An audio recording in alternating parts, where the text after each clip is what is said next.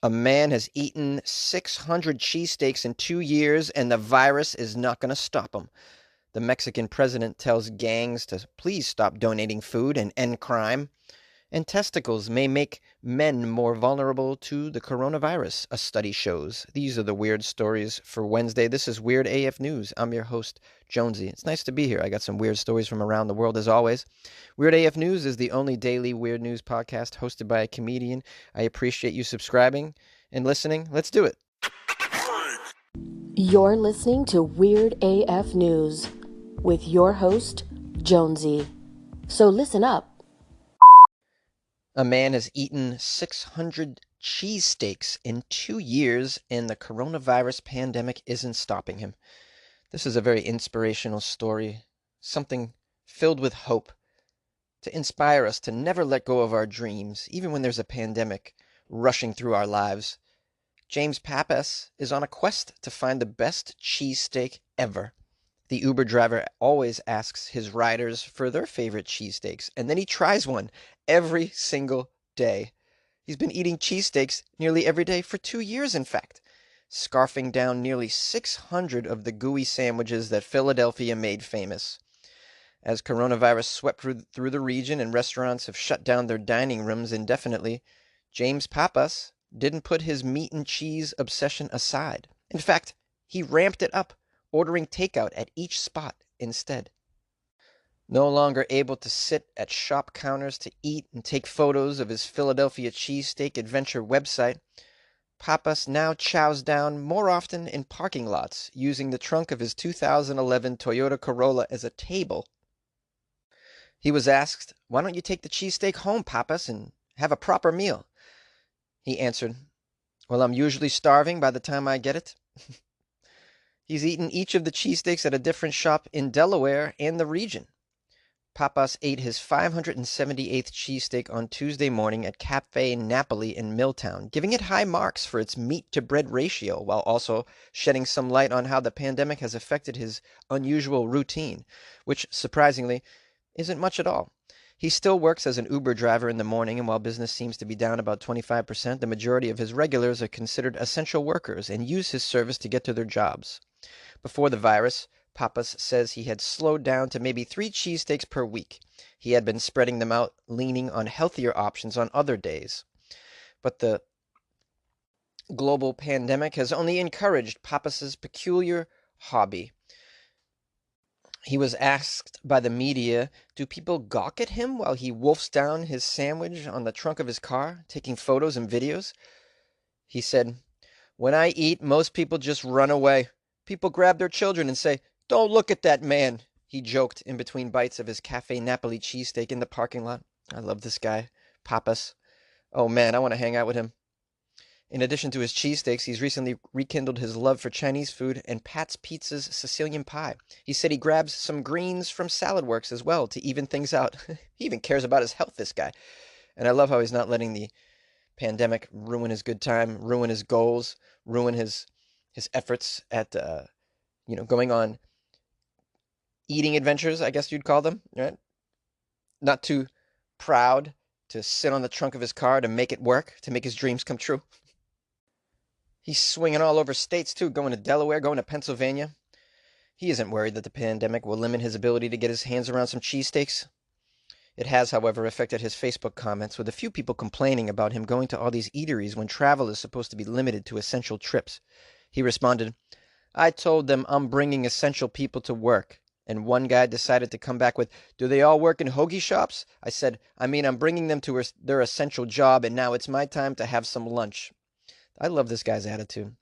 Well, he's an Uber driver. He's got to be out there anyways. He's bringing people to work. It's very important. And he's going to have to stop for lunch eventually anyways. Why not just go to have something that you're passionate about, a cheesesteak? What's wrong with that? And by the way, he's bringing businesses to cheesesteak places. Right now, restaurants are struggling. I'd imagine these cheesesteak stands aren't killing it either. And so this guy's doing a good thing on both ends. I don't know why anyone would want him to stop having his fun. And not only that, when you hear about a story like that, it makes you say to yourself, hey, man, I don't have to stop my life because we're going through this right now. I can still live it up a little bit. I can do the things that I was doing before this all happened. I can still pursue my goals and my dreams. There's nothing wrong with that. I love that this guy's doing this. I love this guy, Pappas. And if you hear me, Pappas, keep going with the cheesesteaks, brother. Keep it going. I love what you're doing. And this guy's inspired me too, because while I can't go tell my jokes at comedy clubs, maybe I'll just show up in the park and tell jokes to squirrels. Oh no, I can't even. I'm not supposed to go to the park right now. The president of Mexico tells gangs to stop donating food and end crime instead. Mexico City. Mexico's president chastised drug gangs this week, telling them to end the violence instead of distributing food, after several reports across the country in recent days showed armed narcos handing out care packages stamped with their cartel logos on the side. Asking these criminals to please behave better, President Andrés Manuel López Obrador declared that the care packages filled with basic foodstuffs and cleaning supplies are not very helpful. I don't see why they're not helpful. Andrés Manuel López Obrador. Here's a quote from him. These criminal organizations that have been seen distributing the packages, this isn't helpful. What helps is them stopping their bad deeds. That's what he said at a news conference. The leftist president, who has advocated a less confrontational approach than his predecessors to taming raging cartel violence, said gang members should refrain from harming others and instead think of the suffering they cause to their own families and the mothers of their victims. This is very true, of course. Mexico notched a homicide record of 34,582 dead during López Obrador's first full year in office in 2019, as the president advocated for more social spending to address the root causes of this gang crime. Last week, reports first circulated of several Mexican cartels deploying members to hand out aid packages to help cash-strapped residents ride out the coronavirus pandemic. A daughter of jailed drug lord El Chapo Guzman was among those seen handing out the packages stamped with her own company's El Chapo 701 logo, which includes the image of her infamous father. The boxes included cooking oil, rice, sugar, and other items being distributed. Beyond the Guzman-linked Sinaloa cartel, other gangs have similarly courted publicity with care packages for mostly poor residents, including the Jalisco New Generation and Los Durango cartels. Photos posted on social media showed heavily armed members from both gangs handing out packages, including toilet paper and shampoo. López Obrador, meanwhile, the president, has come under sharp criticism for not advocating more financial support for companies or jobless workers. Over the past month, the country's economy has dramatically slowed down due to coronavirus containment measures. Now, Mexico is a very poor country from my understanding. People are suffering. I understand that as well. I know they've suffered prior to all this from the activity of gangs, and they will continue to do so until you get the gang situation in hand, which is very difficult in a country like that, I'd imagine.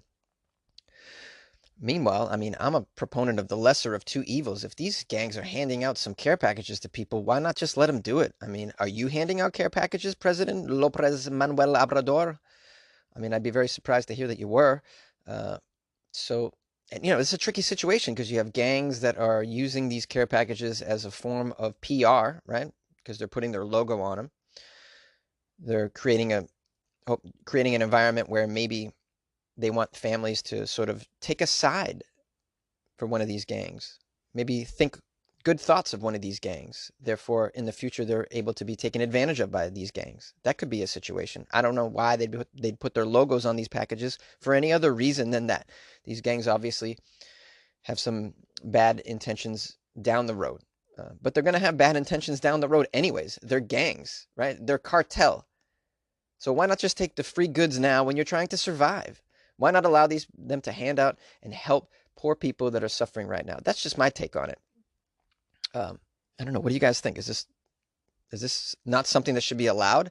You think, not that the president could do anything to stop it? From my understanding, the cartel, they really run the show down there, and there's not much the government can do.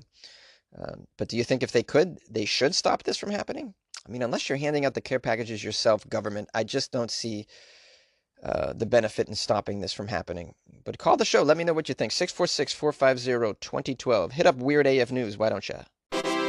You like podcasts? You're listening to my podcast. Maybe you thought to yourself, I'd like to make a podcast. Too difficult? No, not with Anchor.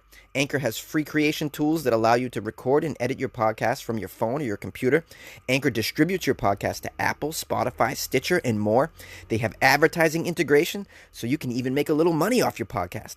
Everything you need to make a podcast in one place. Download the free Anchor app or go to anchor.fm to get started. And good luck with your podcast. Good luck with your creation. Good luck with your life, man. A study shows that testicles may make you more vulnerable to the coronavirus.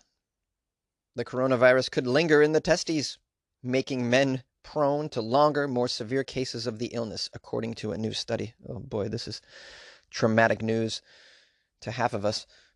Researchers tracked the recovery of 68 patients in Mumbai, India, to study the gender disparity of the coronavirus, which has taken a worse toll on men, according to a report.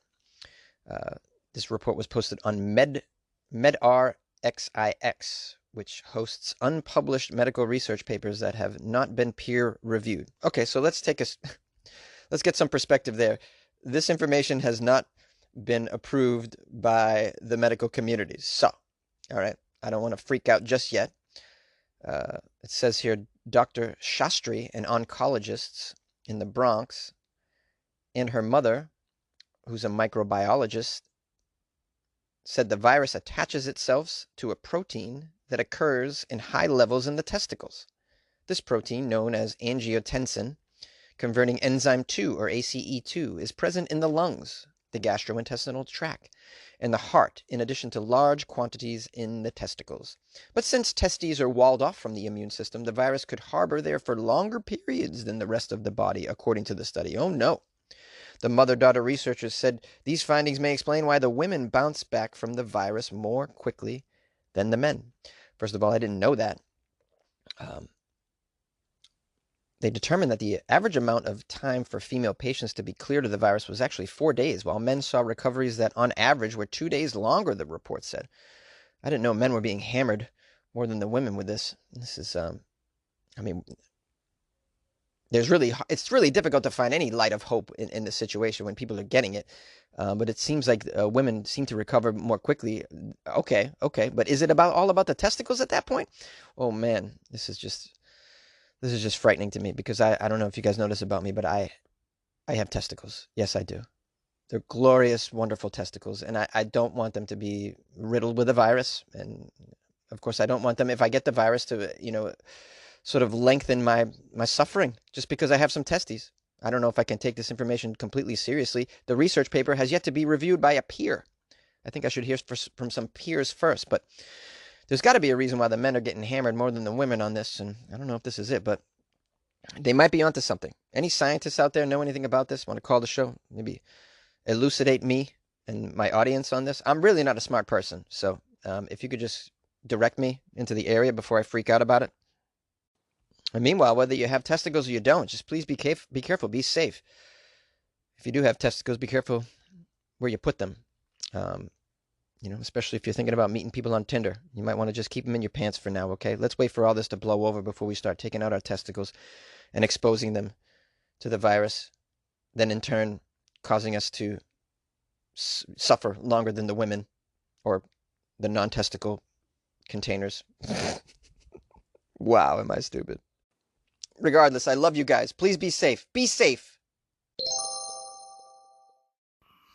If you like podcasts, check out Spotify. You can listen to all your favorite artists and podcasts in one place for free. You don't even need a premium account. Spotify has a huge selection of podcasts on every topic, including this one that you're listening to right now. And you can easily share what you're listening to with friends on Instagram as well. So download the Spotify app, search for your favorite podcast, and also make sure to follow Weird AF News and never miss an episode. Yes, download Spotify and make your life easier. Yay!